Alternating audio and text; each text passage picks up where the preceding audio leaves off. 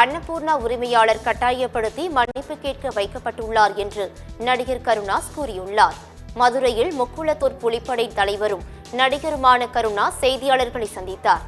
அப்போது பேசிய அவர், தான் வறுமையில்தான் இருக்கிறேன், ஆனாலும் நாட்டின் சட்டங்களுக்கு கட்டுப்பட்டு 18% ஜிஎஸ்டி வரி கட்டுகிறேன் என்றும், ஜிஎஸ்டி வரியை கொண்டு மக்களுக்கு திட்டங்களை வகுக்காமல் அதானி அம்பானிகளுக்கு திட்டங்களை வகுக்கிறார்கள் என்றும், அதானி அம்பானிக்காகத்தான் உழைத்து வரி கட்ட வேண்டுமா எனவும் கேள்வி எழுப்பியுள்ளார்.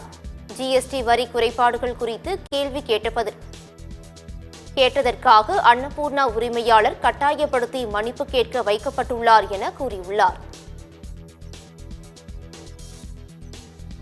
நான் ஒரு நடிகனாக நான் சம்பாதிக்கிற பணத்தில் 18% நான் ஜிஎஸ்டியாக கட்டுறேன். ஒரு நாட்டினுடைய சட்டத்திட்டத்தை நான் மதிக்கிறேன். இந்த நாட்டினுடைய குடிமகனாக இந்த தேசத்தினுடைய நலனுக்காக நான் அதை ஏற்றுக்கிறேன். நான் வறுமையில் தான் இருக்கேன். ஆனாலும் நான் சம்பாதிக்கக்கூடிய அந்த பணத்தில் 18% 1 லட்சம் ரூபாய் நான் சம்பளம் பெற்றேன். ஆனால் 18,000 ரூபாயை இந்த தேசத்திற்கு நான் கொடுக்குறேன். மக்களிடத்தில் இருந்து பெறக்கூடிய இந்த ஜிஎஸ்டி போன்ற வரிகளை பெற்று அதானி அம்பானி போன்றவர்களை வளர்த்து விடுவதற்கு நான் ஏன் உழைக்க வேண்டும் என்கின்ற கேள்வி எனக்கு வருது. ஆக இந்த ஒரு வியாபாரி சங்கத்தினுடைய பிரதிநிதியாக கலந்து கொண்ட அந்த அன்னபூர்ணாவுடைய முதலாளி அவர் உண்மையை கேட்கிறார்.